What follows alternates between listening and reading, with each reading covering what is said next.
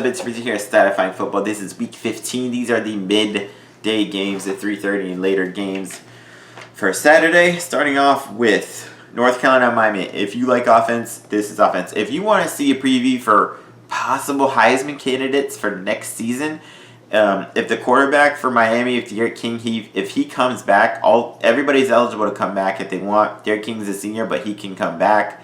Sam Howell, the quarterback for North Carolina, he definitely will be back, and he is a Heisman candidate for sure in my mind. This could be an awesome game. This could be super high scoring. I don't care what the over-under is. Over-under is 67.5. It'll go past that.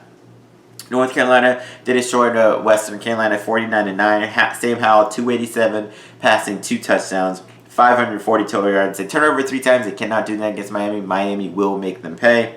Miami destroyed Duke 48-0. King passed for 248, 3 touchdowns, ran for 46 and another touchdown.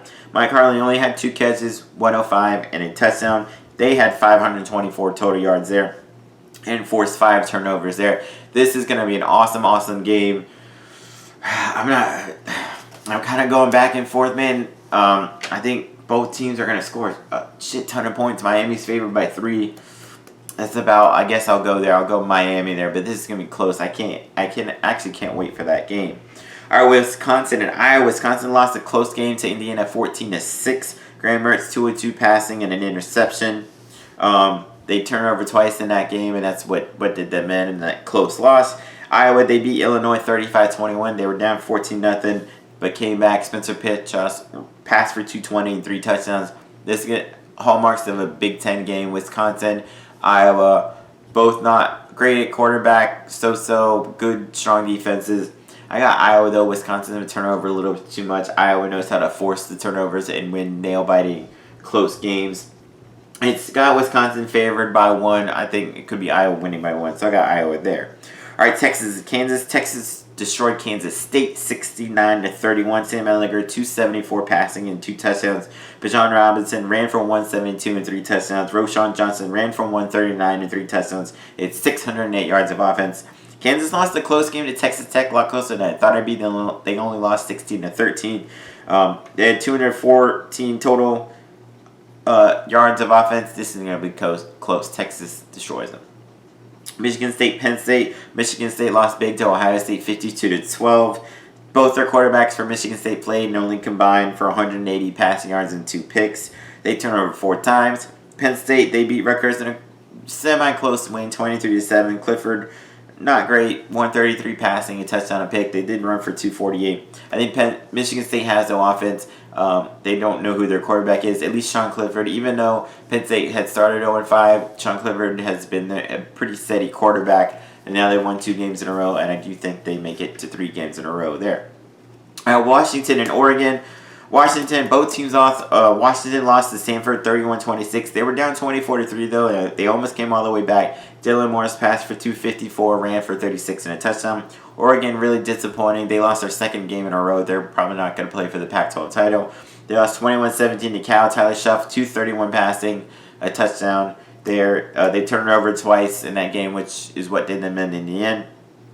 This will be a tough stuff. This is tough to pick. I'm gonna go. I'll give Oregon the bounce back there. I'll give them a slight edge for Oregon to win. You got Houston and Memphis. This could be a pretty high scoring game in the American. Houston hasn't played in a few weeks. Their last game was a win against USF 56-21. Clayton Tune passed for 165, 3 touchdowns, ran for 120, 2 touchdowns. They had 505 total yards. Defensively had 4 sacks, 2 turnovers, fumble return touchdown, and a punt return touchdown. Memphis, they lost to Tulane 35-21. Brady White 248 passing, 2 touchdowns, 2 picks. Calvin Austin 5 catches, 110 and a touchdown. They only had 45 total rushing yards, turning it over there. Like I said, this is going to be high scoring. This is going to go back and forth. And it'll be a pretty fun game to watch. This one has Houston favored. I don't see that. I think, though, Memphis is still a better team, and I think Memphis wins. All right, Duke and Florida State. Duke got killed by Miami 42-0. They had 177 total yards, 5 turnovers. Florida State hasn't played in a few weeks. Their last game was a loss against North Carolina State, 38-22. Since then, their quarterback in that game, Chubba Purdy, he's out for the season. Ontario Wilson in that game had 7 catches, 117, and a touchdown. This could be pretty ugly. But Duke they've turned over a shit ton in all of their games. I mean, I don't know the stats exactly. I probably should have looked it up because it's statifying football, right? But they're pretty much turning it over 3 to 5 times per game, and I'm not exaggerating. They turn over a lot every game. Florida State is not a very good team, but they're good enough to at least force and capitalize on short fields, at least with field goals. So I'm going to go actually Florida State to win that game. All right, Tennessee and Vanderbilt. Tennessee lost 31-19 to Florida. They were down 31-7. They kind of came back late to make it a little bit closer. J.T. Stroud passed for 121 and a touchdown. Harrison Bailey passed for 111 and a touchdown. Vanderbilt hasn't played since that loss to Missouri a couple of weeks ago, 41-0. They had 185 total yards there. I think Tennessee they've shown enough this season. They have semblance of an offense. Vanderbilt kind of has too, but I think Tennessee gets a pretty close victory here. All right, Appalachian State and Georgia Southern, a pretty nice, good game in the Sun Belt. Appalachian State, they lost a close game to Louisiana Lafayette, 24-21. I don't know what the hell ULL was doing that game. Go look up the end of that. But Zach Thomas, off game. Is a senior, 10 of 21, 92 yards, 2 interceptions, not very good.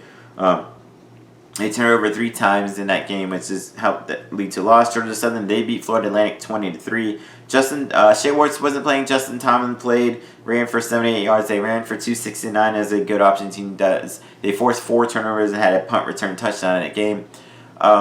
This kind of depends on who plays for Georgia Southern, but I do think Appalachian State will be the one that bounces back. I think Zach Thomas bounces back. I think their running game, Appalachian State normally has a really strong team all around, so I got App State there.